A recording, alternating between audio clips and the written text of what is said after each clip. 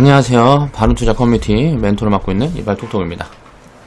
오늘은 11월 8일 목요일이고 옵션 만기일이었죠. 일단 이벤트는 대충 이제 다 지나간 것 같아요. 이제 무역분쟁 마무리, 무역분쟁이란다. 미국 중간선거 마무리되고, 그리고 오늘 이제 옵션 만기일이었으니까 지났으니까 이제 연말까지 연말 랠리가 나올지는 이제 뭐 지켜봐야 되겠지만, 사실 저는 이제 개인적으로는 지수가 안 움직이는 게 개인 투자자들한테는 사실 수익률에는 더 도움이 됩니다. 이제 주도주가 이제 IT, 삼성전자부터 해서 이런 IT 섹터가 주도주가 있었기 때문에 그런 주도주가 꺾인 흐름이라 이제 주도주가 바뀌는 그런 흐름들이 보이려 그러면 중소형주 쪽에서 먼저 나오고, 그리고 나서 이제 바닥을 잡고 이제 돌아서는 대형주들이 있겠죠. 이 대형주들이 지수를 견인할 수 있는 대형주들은 이제 IT 빼고는 자동차, 뭐 철강, 뭐 이런 인프라 관련주들, 인프라 시총이 큰 인프라 관련주들이 이제 움직이는 그런 흐름들이 나오면 지수가 강하게 움직일 수 있을 것 같아요. 그러니까 그러려면 시간이 좀 필요할 것 같고, 지수는 이렇게 많이 움직이게 되면 중소형주는, 그러니까 쉽게 말하면 성장주들이나 뭐 이런 종목들 같은 경우에는 좀 이제 탄력이 둔화될 수가 있으니까 좀 지저분한 장이 진행될 가능성이 높아 보이고요. IT 같은 경우는 이제, 그러니까 지금 기존의 주도주였던 무슨 IT, 바이오는 이제 작년 9월부터 이제 주도 섹터였고, 이거는 이제 2015년부터 2017년까지 이게 움직였던 게 이제 IT고, 바이오는 9개월부터 한 1월까지, 그리고 북한 테마는 한 2월부터 2월달에 투매 나오고 6월 투매 나오기 전에 5, 6월까지 보통 이런 식으로 흐름이 진행이 됐단 말이에요. 얘 다음 순서가 그럼 뭐냐, 여기 안 들어가 있었던 애들, 그런 애들이 뭔가 생각을 한번 해보시고 이제 뭐 분석을 좀 해보면 도움이 되겠죠. 이제 그 주도주가 이제 바뀌는 흐름들이 진행이 되고, 이렇게 어떻게 보면 이 주도주가 바뀌는 이런 흐름들이 긴 호흡에서의 순환매라고 보면 돼요. 종목별로 이제 뭐 섹터별로 짧은 순환매가 돌면서 이제 시장이 상승하고 하락하고 하다가 전체적으로 한번 같이 무너지게 되면 이제 보통 이제 주도 섹터가 꺾이고 다음 주도 섹터가 나오는 그런 흐름들이 이제 보통 진행이 됩니다. 네, 이번에도 그렇게 될지 볼게요. 자, 오늘 해볼 이야기는 이제 20년 뒤에 코스피 지수는 1만 포인트를 넘는다. 우리가 1990년이랑 지금이 이제 2020년이죠. 이제 2018년이니까 2020년. 이 30년을 보면 1990년대에는 시총 1위가 1000억이었어요. 1000억. 지금 삼성전자 뭐 이런 것들이 1000억이었다고. 삼성전자가 이제 이때 시총 1위가 아니었고, 이제 뭐 LG라든가 무슨 제일은행 뭐 요런 데가 이제 뭐 시총 1위 뭐 그쪽 수준이었다 그래요. 정확하게는 내가 이제 잘 모르는데 아무튼간 여러저러 자료 찾아보니까 그런 식으로 나와 있더라고. 근데 지금 이제 30년이 지난 지금 2018년인데 지금 시총 1위는 얼마냐? 300조죠, 300조. 이 성장이 몇 배예요? 1000억에서 300조까지.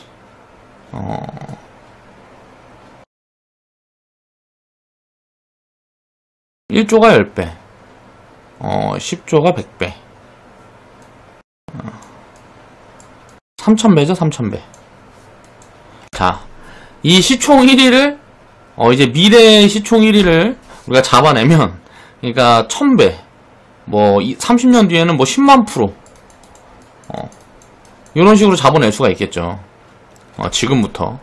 근데, 요거는 3000배까지 못해도 되잖아요, 우리는. 뭐 500배 뭐 이렇게만 해도 되잖아. 워렌 버핏이 50년 동안 수익률이 600배 정도라니까 600배면은 6만 프로죠.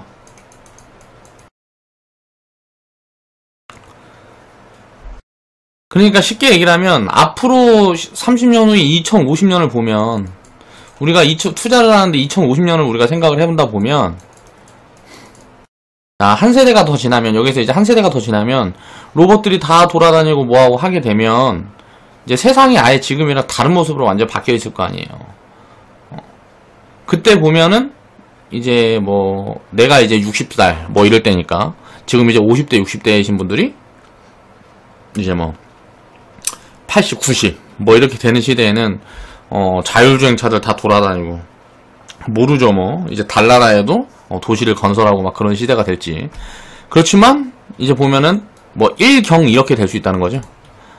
시총 상위 종목들이 시총 상위 섹터에 있는 섹터들은 뭐 이렇게 될 수가 있다는 거예요. 지금은 이제 우리나라 같은 경우는 좀 삼성전자 빼고는 이게 삼성이 SK랑 합해갖고 이게 뭐 25%인가 그러니까 우리나라 전체 시총에.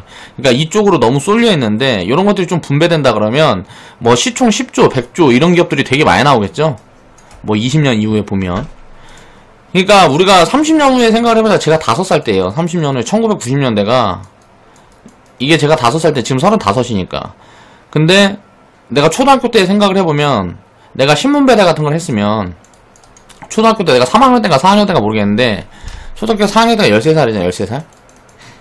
지금부터 22년 전이에요. 22년 전에 생각해보면 내가 그때 새벽에 나가서 1시간 반 신문 배달해서 8만원 일했단 말이에요. 근데 그때 월급이 얼마였냐면은 제가 기억하기로는 한 80만원에서 100만원 정도였던 것 같아요. 그러니까 어른들 보통 보면은 이제 일해서 받는 봉급이라든가 이런 것들 기본 봉급을 생각해보면 80만원 100만원 했었던 것 같단 말이야. 이게 얼마였을까? 지금 얼마 됐을까요? 22년이 지났는데 200에서 300이잖아요 지금 초봉들이 보통 보면 한 200에서 300 정도 되죠? 몇 배 늘었어요 이거? 2배 3배. 자, 인플레는 이제 물가는 거의 뭐 근접하게 뭐 요정도 수준입니다. 그때보다 지금 보면 이거보다 물가는 이거보다 더 올랐죠. 그리고 우리가 부동산 같은 거 생각을 해보면 이것도 이제 뭐 주식으로 치면 시총 1위부터 해서 지방에 있는 뭐 땅, 집 이런 것들은 따지고 보면 뭐 지방 같은 경우는 20년 동안 5배 무슨 뭐 한 20배 이렇게밖에 안 올랐단 말이에요. 근데 부동산의 주도주는 뭐예요? 강남. 강남 뭐 요런 데 보면은 뭐 2천 막 이런 데서 2천, 5천 막 이렇게 하던 데서 이 당시에 막 이렇게 하던 것들이 지금 보면 막 60억 뭐 이렇게 되죠. 한 20배 이렇게 올랐죠. 그러니까 우리가 투자를 안 하고 그냥 노동만 해서는 절대 이거를 따라갈 수가 없어요. 자본주의 시대에서는. 그렇기 때문에 우리가 이제 투자를 하는 거고, 지금 이제 뭐 10년 정도는 이게 한 10년에 버블이 이게 다 입혀졌었던 거예요. 그러니까 1990년도부터 2000년 초반, 2007년도까지. 그러니까 한 15년? 15년 동안 그 이후에 2007년부터 지금까지의 성장률까지 이때 이미 다 반영을 하고 있었던 거죠. 그렇다 보니까 10년 동안 굉장히 전 세계적으로 디플레 시대가 진행이 된 거죠. 금리가 낮고 물가가 낮고. 왜? 신흥국 등에서 이제 물가를 싸게 가져오는 거잖아. 우리나라 같은 경우도 보면 막 소고기 같은 거 처음에 이제 막 자살나고 막 했을 때 생각을 해보면 과거에 미국에서 이제 뭐 소 수입하고 뭐하고 한다 그러면서 이제 파동이 한번 있었잖아요. 그 파동이 있은 다음에 이제 뭐 축산업 이쪽에 있던 사람들이 다 망하고 막 송아지 10만원 하고 이랬단 말이에요. 송아지가 뭐 10만원 공짜 막 이랬어요. 그때. 이럴 때 지금은 뭐 한 몇백만원씩을 하잖아요 기본. 원래 그렇게 하던 것들이 이렇게 작살났을 때 그때 이제 막 축산업 시작한 사람들은 어때요? 다 망한다 그랬을 때 시작한 사람들은 지금 노났겠죠? 항상 이런 사이클들이 다 돌고 돈다. 지금 보면 제조업 같은 경우도 제조업이 완전 망했다 그러잖아요. 완전히 망했다. 이거는 이제 물가라든가 인건비라든가 이런 것들.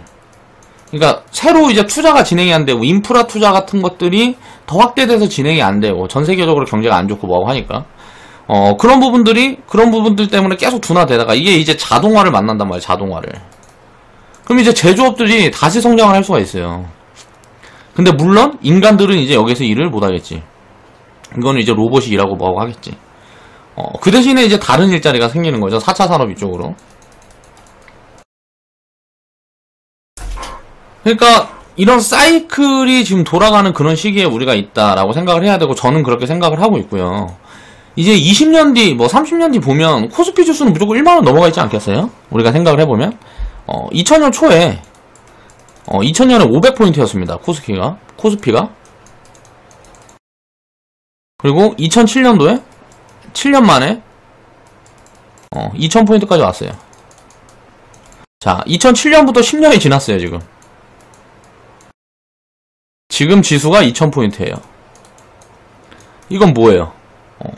이때보다 2007년도보다 지금 경제가 후져요? 우리가 딱 생각을 해보자고. 2007년도보다 지금 경제가 후진 게 아니잖아요. 버블 해소 과정을 10년을 거친 거죠. 그러니까 지금이 얼마나 싼 거야. 나중에 우리가 1만 포인트 가는 구간에서 지금 보면 어때요? 500포인트는 바닥이지만 2000포인트였으면 무릎 아니에요. 1만 포인트 구간에서 지금을 바라보면 그렇다는 거지. 이게 뭐 3000포인트여도 마찬가지죠. 3000이어도. 한 1만 포인트에서 보면 한 5000은 와야? 이게 허리니까. 그쵸. 우리가 항상 생각을 할 때, 미래에 보면은, 자산이라는 거는 자본주의에서 끊임없이 성장하고 커져갈 수밖에 없는 그런 구조를 가지고 있기 때문에,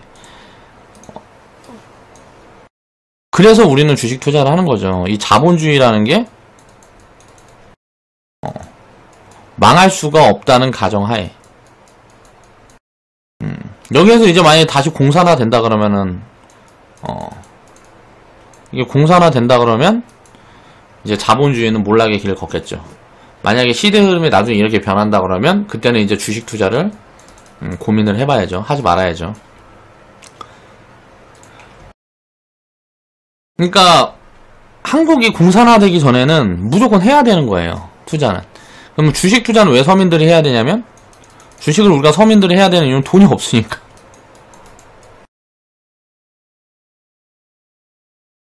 우리가 빚 안 지고 1만원, 10만원 가지고도 시작할 수 있는 게 주식 투자니까.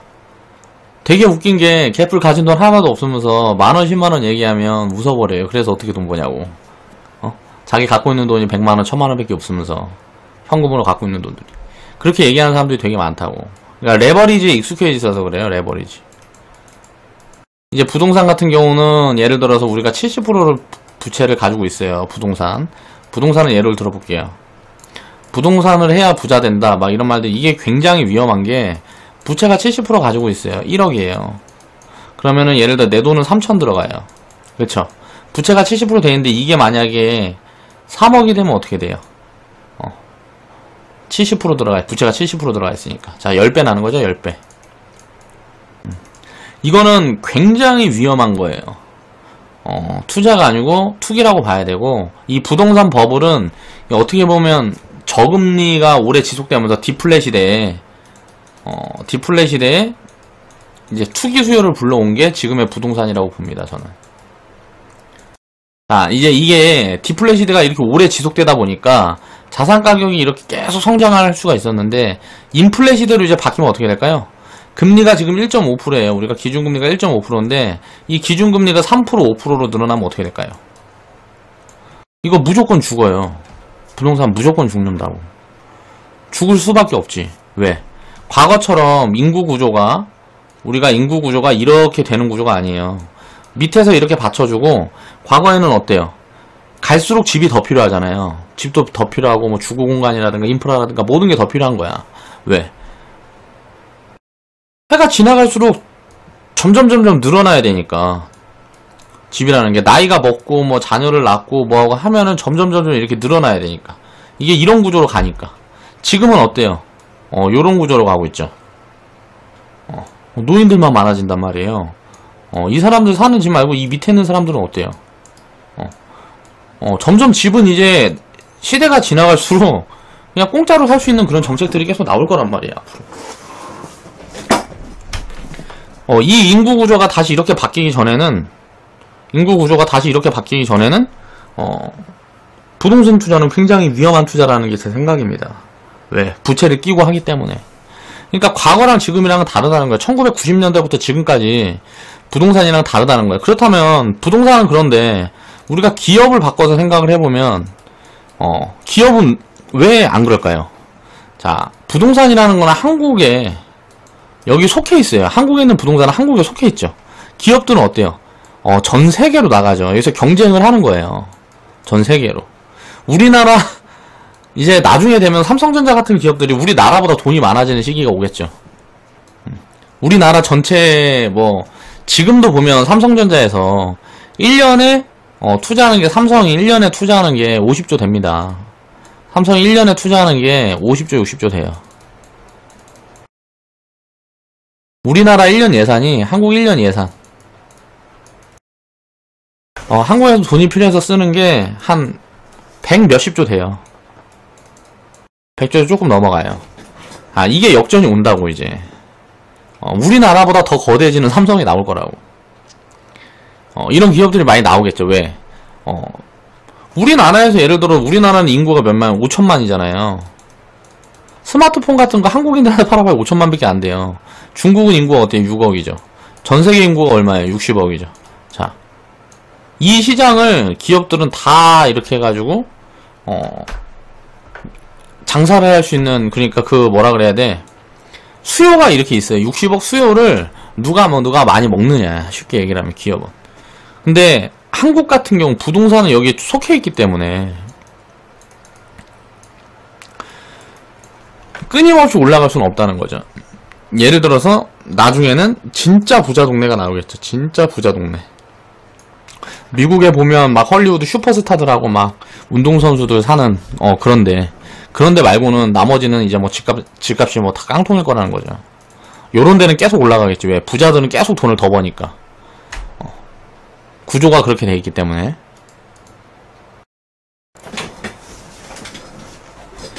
자, 그래서 20년 30년 뒤에 코스피 지수가 1만 포인트 넘어간다.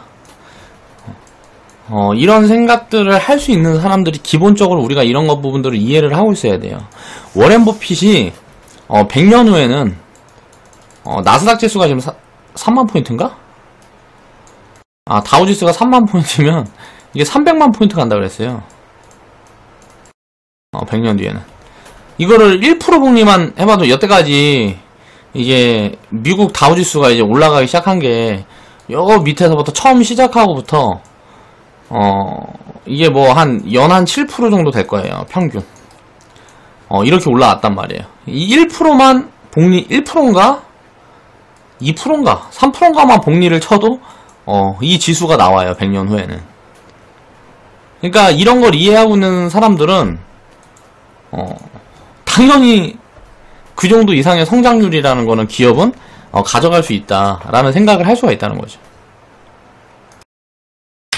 자, 인플레 시대의 시작으로 저는 이제 보는 이유가 여러 가지가 있는데요. 미국이 지금 금리가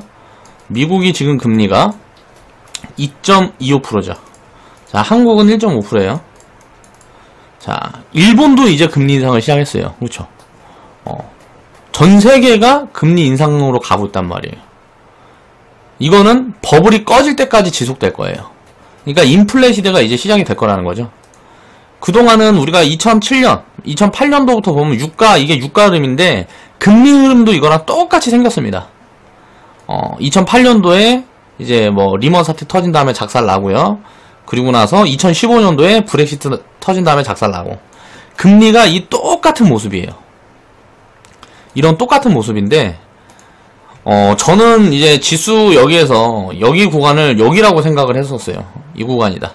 마지막으로 버들가는 마지막 구간이 남아있다라고 생각을 했는데, 지금은 이제 좀 생각이 달라진 게, 이제 공부를 더 하고 보니까, 지금 요 구간이, 요 구간일 수 있고, 요 구간일 수 있고, 그러니까 지금 이렇게 올라오는 구간이 이 시작 시점일 수도 있다는 거죠. 이 시작 시점이 이제 보면은 지수가, 코스피 지수가 500포인트였습니다. 그리고 나서 2007년도까지 급하게 400%가